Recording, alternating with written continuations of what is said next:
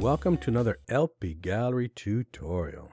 Today we are creating realistic dripping text on a brick wall. Now anybody looking at this is going to think that you probably did this in Photoshop because this would be something fairly easy to do in Photoshop. Those of you who work in Photoshop know that to do something like this, you would have a couple of layers. You'd have a paint layer with the word paint on it, creating all your dripping effects, and then you'd have the brick layer. And then the paint layer would be on top of the brick layer, and you'd probably use a blending mode. And a blending mode in Photoshop is just the way the layers interact with each other. And what you'd want is the color of the top layer to show through, but you want the dark and light of the bottom layer to show through. So what you see here is exactly that effect. So you can see that we have the texture of the brick, the dark and light areas of the brick showing through, but they're taking the top layer's color. That's a very easy effect to achieve in Photoshop.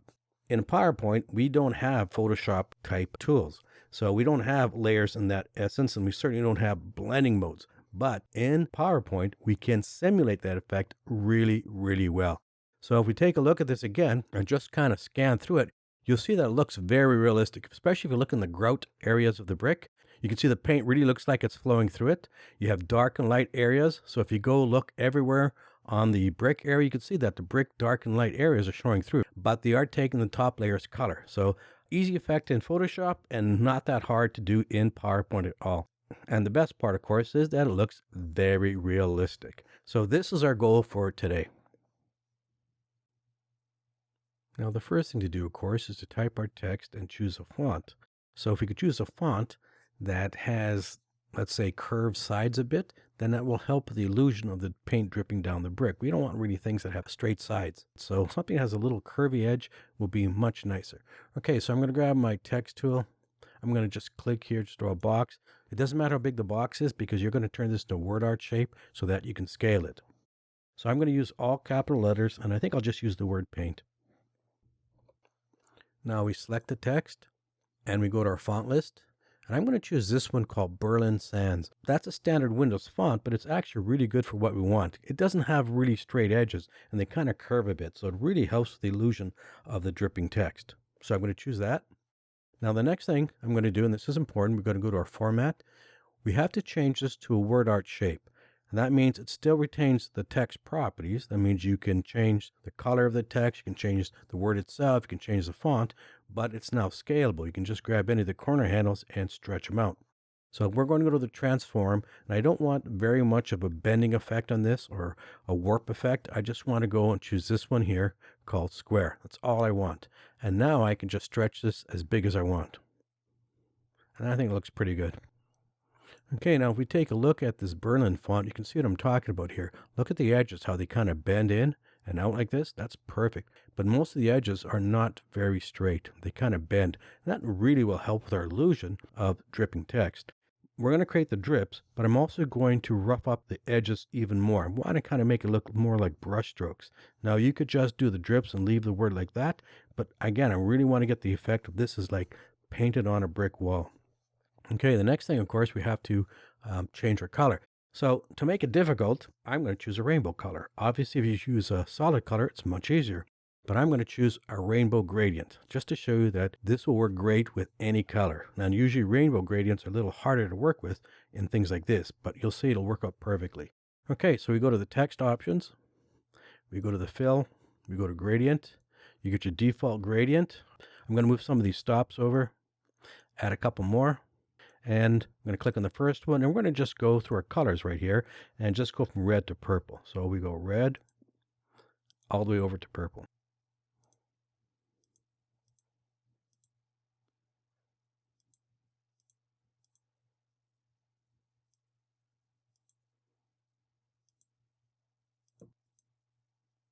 And I think I'd like the purple to be on the left. So I'm going to change my angle. I'll go to 180. And we have something like that. Okay, that's perfect. So now if we look at the Berlin font with the gradient in there and take a look at the edges, you can see how they kind of curve and they kind of bend, which is a perfect font to use for what we want. Okay, the next step, of course, is to create our nice dripping effect. Now, of course, you could have gone online and found a font that looked like dripping text if you want to save some time. But I think if we create our own kind of drips, we can control it a lot better. So that's what we're going to do. Okay, so I'm going to just click in the background, deselect the text. I'm going to go here to my shapes. On the first shape I'm going to use is this one called the teardrop shape. So I'm going to draw a teardrop shape. I'm going to extend it out, and we don't need the outline. And what I'm going to do is kind of turn it this way, and we're going to just stretch it like that. Okay, so you can see if we do that, it kind of looks like a drip, and that's exactly what we're going for. And I just want to rotate it so the drip is more down. Kind of like this. So you can see what it looks like. It looks like a kind of a paint splatter and then drips down like that. So that looks pretty good. And that's just half of what we want. We want another shape to attach to this one. So we got that. And now we're going to go back here. And we're going to use this one here, the double wave. Draw the double wave. I want it to be really curvy, so I'm going to grab this shape handle, drag it down. And again, we don't need the outline. And we're going to thin this out like this. And obviously we don't want it that long. And we're going to kind of make it like this. We're going to rotate it. And we're going to bring this pretty close to here. So if we put the two together, what do you get? Looks like you got a big blob here dripping. And I'm going to just make it a little bit smaller like that. Maybe I'll make this just a little bit smaller. Kind of looks like a blob of paint. Just like that. Okay, so we got that. So what I'm going to do next, I'm going to put this one aside just in case we want to use it again or modify it. And I'm going to take this one, I'm going to go to my format, and I'm going to go to my merge modes, and I'm going to do a union. Okay, so I'm going to take this one, and I'm going to duplicate it, and I'm going to just rotate it so it flips the other way. So I'm going to have one a little higher, one a little lower. It's going to look like we're kind of making a musical note, but you'll kind of get the idea when you see it all together. Okay, so I'm going to take this stem here, I'm going to rotate it. I want to look like it's not only dripping down, but it's dripping across. So I'm going to take this, and I'm going to just make it a little bit wider like this. So they come across like that. So like I said, it's going to kind of look a bit like a musical note. And I'm going to take this shape handle and just drag it over so it's more going the other way, so it blends in better. And I'm going to just do that again. And I can rotate it a bit. So it looks like the paint is going down and then kind of coming across like that. And then I can do it again and just rotate it kind of like that. Okay, so now we just take these that we made and we kind of just put them here and there. So we make some bigger, some smaller.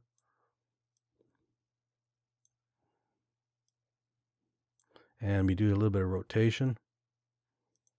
So not all facing the same way. We can make them thinner, thicker. I'm going to put them a little closer together like that. So you can see they kind of look like they're blobbing up and dripping down. And we just kind of continue that. I'm going to rotate that.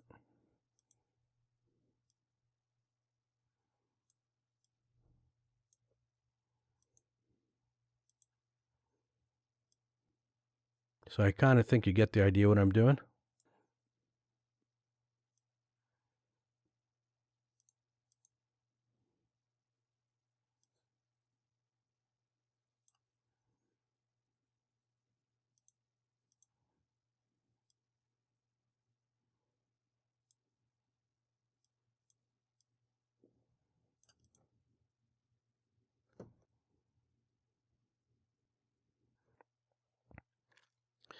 Okay, I'll take this one here.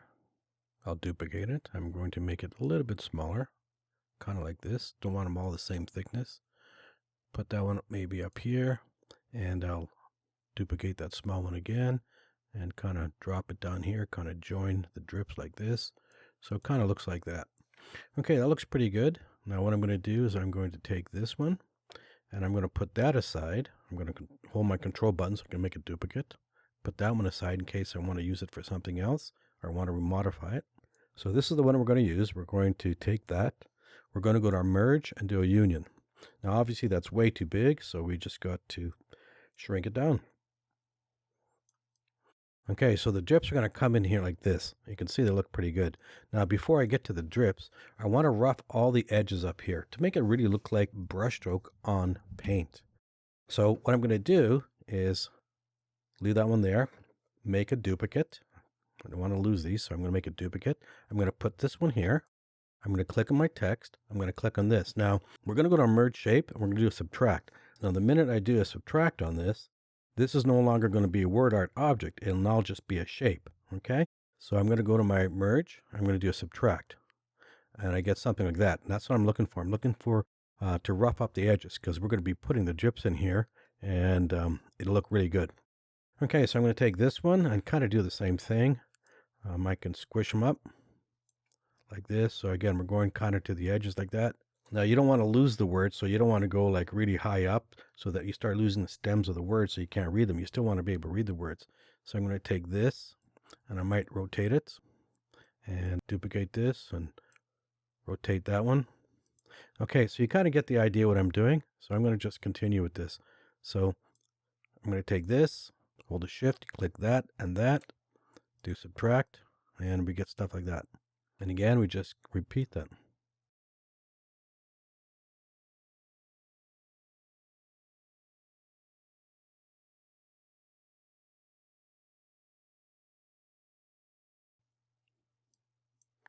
Now I'd like to do some of the other edges here.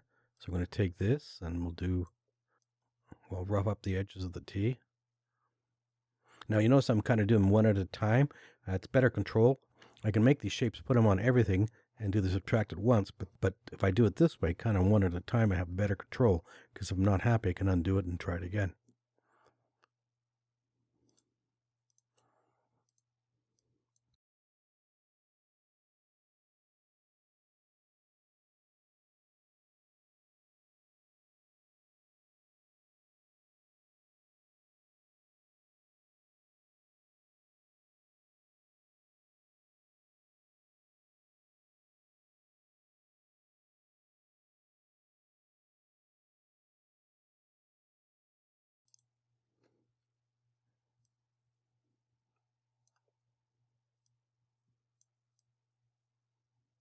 Now we do the edges.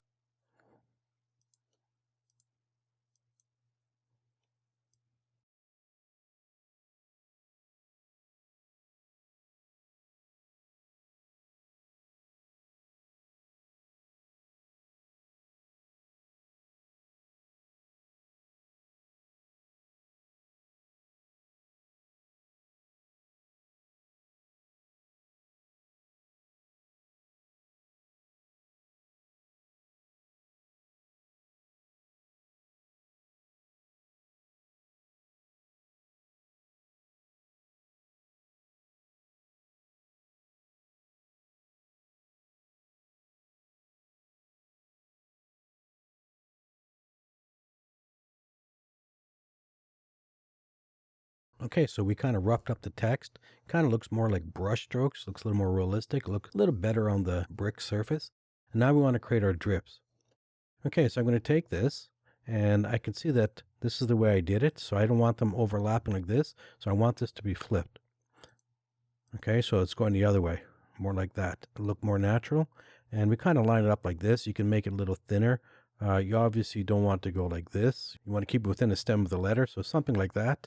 Now we take this, and now we do a union. And you get nice dripping text like that. And we just keep doing that. And you can, make them thicker, thinner, whatever you like.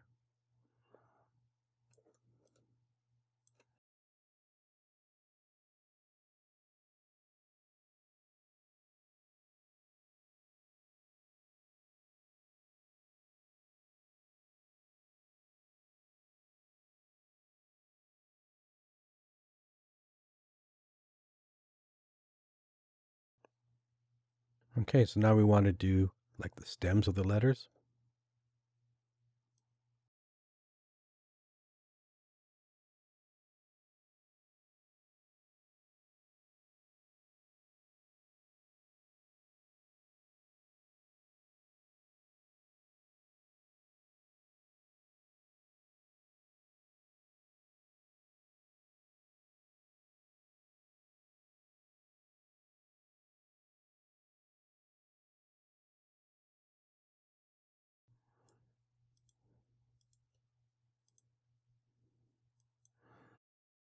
And I think that looks pretty good. If you find any spots that are too open, you can just go back in and add a little more. But I think it looks pretty good, like fairly good dripping text.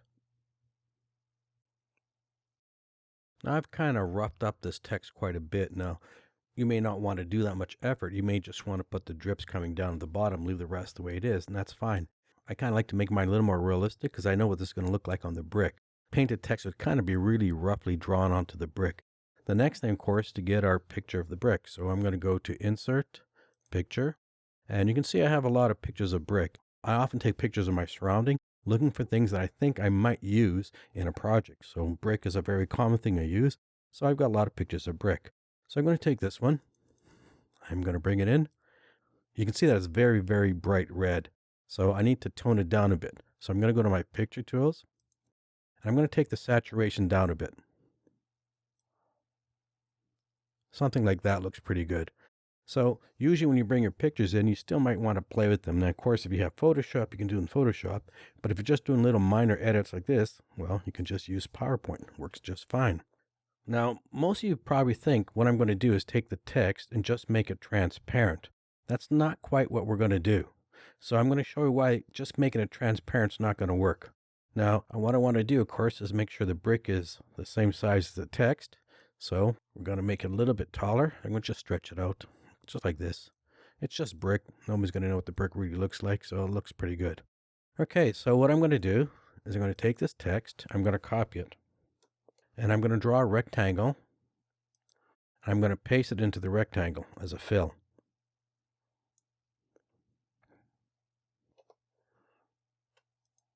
You get your default picture, so I'm going to go to Clipboard, and we get this. Now, the reason I'm doing this is that I can access the transparency. If I don't make it as a fill into a shape, I can't access the transparency. What that means is that I have to go to the original one and go to every stop and make that transparent for each one of these, which is a lot of work. Now, if you had just a solid color, that's easy. But in the case of the rainbow, it's going to be a lot of work. I don't need the outline. I'll get rid of the outline. But let me show you what happens when you make it just transparent. So I'm going to take the transparency. So you just got a color layer on top of the brick. And so you're not getting the brightness and the deep shadows of the brick. It's just a color overlaying everything. And that's exactly what it looks like. Now, one of the things we can do, because we pasted this as a fill, we didn't just use it as a vector here, is that we have access to the picture tool. So I can go to my picture tools now, and I can work with this. So I can try and increase the brightness a bit, maybe the contrast a bit. And I can try going back, take the transparency down. But no matter what I do, it's going to be really hard to get that roughness of the brick to show through. You can see that the color is just laying flat on everything, and you really don't get the idea of depth in this thing at all. So you can look at the grout and everything, and you see that just a color on top of that. So it really doesn't look natural. So just making something transparent is not going to work. So what I'm going to do is take the brick. I'm going to send it to the back. So it's behind everything. I'm going to take this, put it right here. I'm not going to make this transparent. I can, but I don't think it's necessary. But what I am going to do is just duplicate this. So I'm going to hold my control button and drag. That duplicates it. And here's your magic. Again, we don't have blending modes in PowerPoint we can do in Photoshop, but we can do something fairly similar. So here's how we do it. In the duplicate, I'm going to put this brick pattern in here. So I'm going to select this. I'm going to copy it. I'm going to click on this. And I'm going to go to my paint. I'm going to click on Picture Clipboard and do the clipboard. And I'll take the transparency back because it remembers the last thing we did. Okay, so now we have the brick pattern here. It's a little hard to see, but there's your brick pattern. Okay, so now what I'm going to do is lay them on top. I'm going to select both of them. I'm going to do an alignment, center and middle. Okay, I'm going to deselect and I'm going to select the brick. So this is the brick text shape. Now this is very important. When PowerPoint pastes a picture into shape, it squishes it to fit the shape. Now we don't want that. We want the brick to be in that shape the same size as the actual brick wall. And we have to tell it to tile. I select tile picture as texture.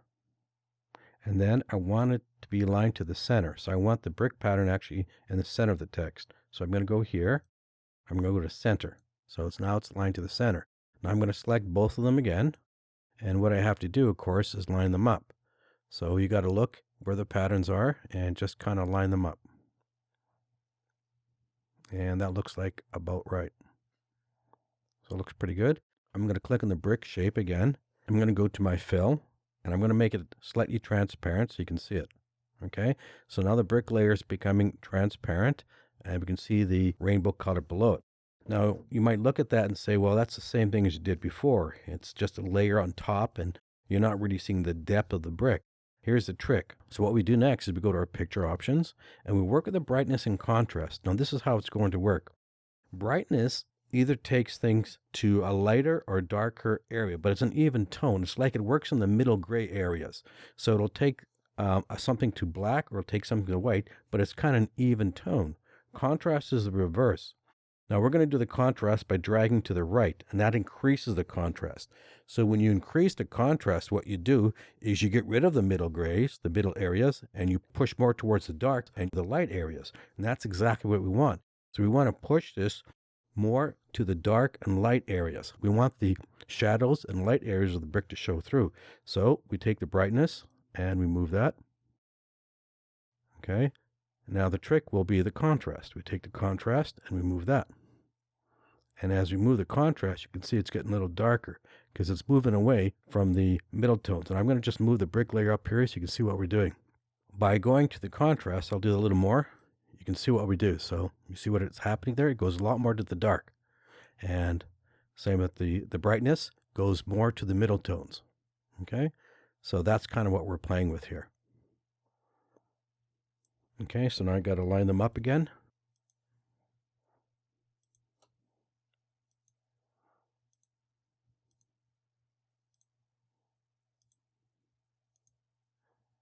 And we'll just drop them back in and line them up again.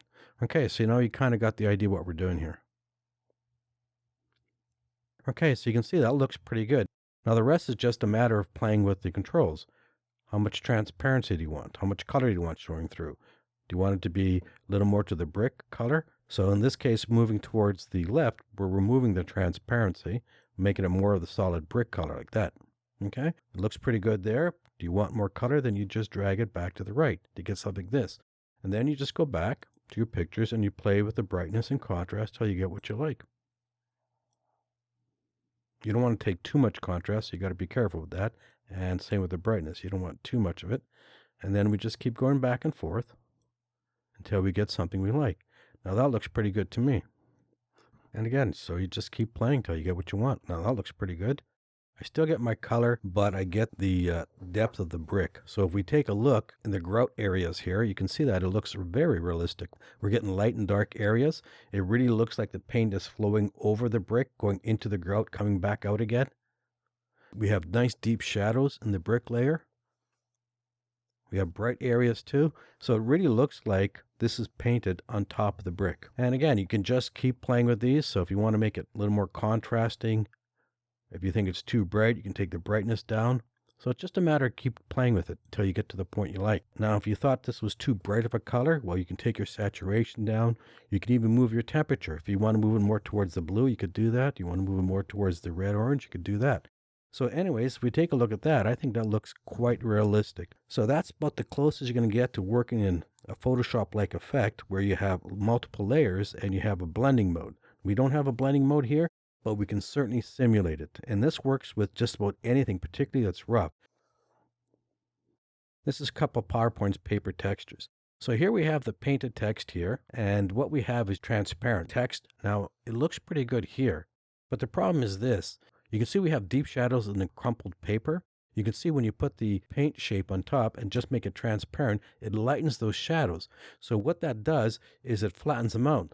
These look very deep, so this looks very crinkly and crumpled, but when you see with the paint area, it doesn't look as much. It looks more flatter because the shadows aren't as deep. So just making it transparent doesn't really work. So here we have with our two shapes again. So we have the color shape at the bottom, and we have the top shape with the paper texture inside of it. You just play the brightness and contrast and the transparency, and if you take a look, you can see we have deep shadows in the paper right here. Okay, so that looks far more natural than what this does. That's kind of how it works. So again, we don't have the ability to have layers and blending modes like you do in Photoshop, but you can certainly simulate it with just two shapes. So that's it. That's how you do painted text on a brick wall and make it look like a Photoshop effect. So thank you for watching. We hope you enjoyed this video. If you liked it, give it a like. If you have a question about anything we did here, just put it in the comments. We'll try to get back to you. And keep watching. We always do all kinds of PowerPoint techniques. So thank you again for watching, and we'll hope to catch you on the next video.